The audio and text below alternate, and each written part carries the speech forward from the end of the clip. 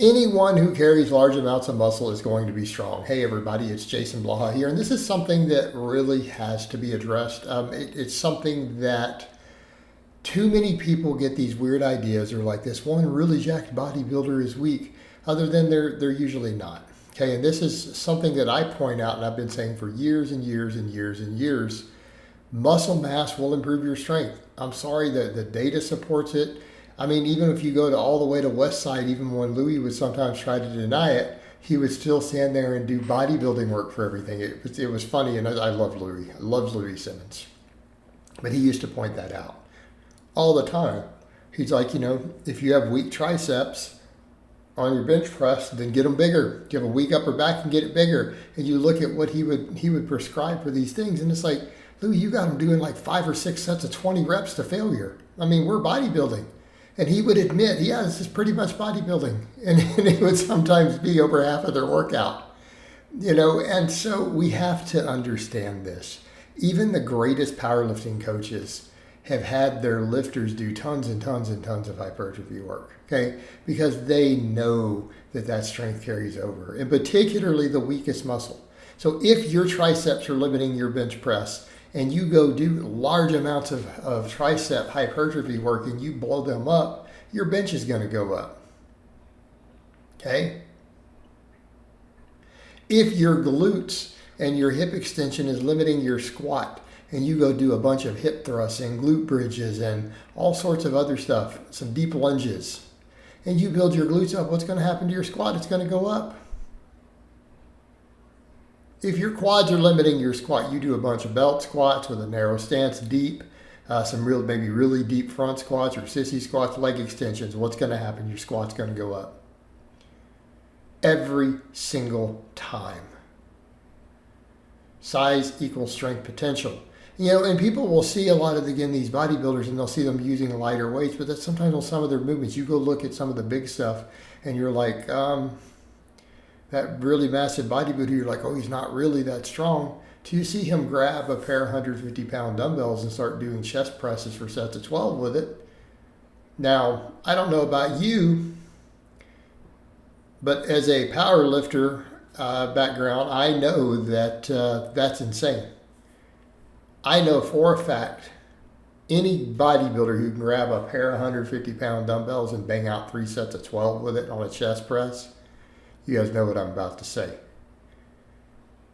I could walk over and teach him how to bench press, and he's going to bench press 405 for reps right there on the spot. It's going to happen. Guaranteed. Hell, that guy might even incline bench 405. I mean, the same thing. You'll see a serious bodybuilder like that, and you'll try to say that to you, see him do some incline benching. You tell me he's not stronger on a flat bench if he tries it. You walk over and it's like, oh yeah, I just did 315 for 10. Let's go up another 10 pounds. It's like, you serious, dude? Right? That's strong. Or you're watching doing the hack squat machine, right? A plate loaded hack squat, and you look over and you realize the guy's got 6 plates of side on it, doing ass to grass 10 to 12 reps. Yeah, don't tell me that guy's not strong. Don't tell me if you taught that guy, even if he doesn't even back squat, you go teach him how to back squat for a couple weeks.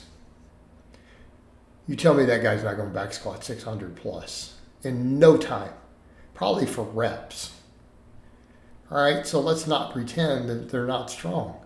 They just haven't practiced maxes. Maybe they're not doing those lifts, but they're strong.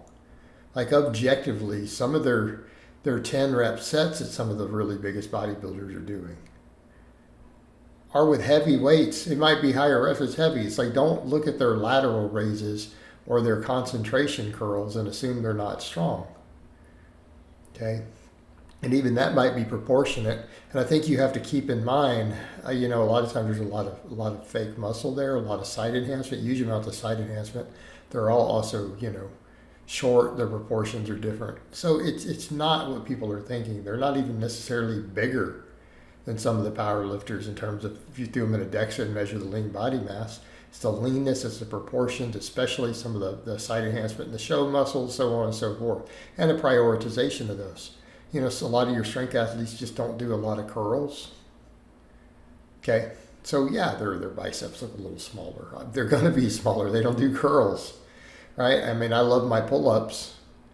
I love rows, but you're never going to build the most amazing biceps off of overhand grip pull-ups and barbell rows. You're just not. Much as it would be nice if we could, it's just not. You're going to be leaving some size on the table. And we all know this. So again, we need to understand that when people start pretending we can separate them. And it's usually because they see some guy out there who's got great leverages, some rare genetics, but who's moving really big weights on one lift sometimes two. But it's like you got to look at the levers and you got to remember that they're outliers. They're outliers. For the average person, that's never going to happen. I can tell you right now, the average guy out there, average height, average frame, is never going to bench 405 at 165 pounds. It will never happen, even probably 170. He's just not. He's not going to squat 600 at that weight either. It's not going to happen. Those are rare genetic outliers. They're rare. So you see a guy benching 400, squatting 600, and he weighs $165. He's a genetic freak. He's got leverage advantages, muscle fiber distribution advantages. He's probably really short. So on and so forth. It's abnormal. The same thing with that bigger jacked bodybuilder. Okay? And when you take the drugs out of the equation, almost all natural bodybuilders who have any respectable size are strong. You almost never, you don't see that either. Because all the side enhancements out of the equation and it's just pure muscle. You don't have, again, some of the other stuff with some of the more intermediate fibers.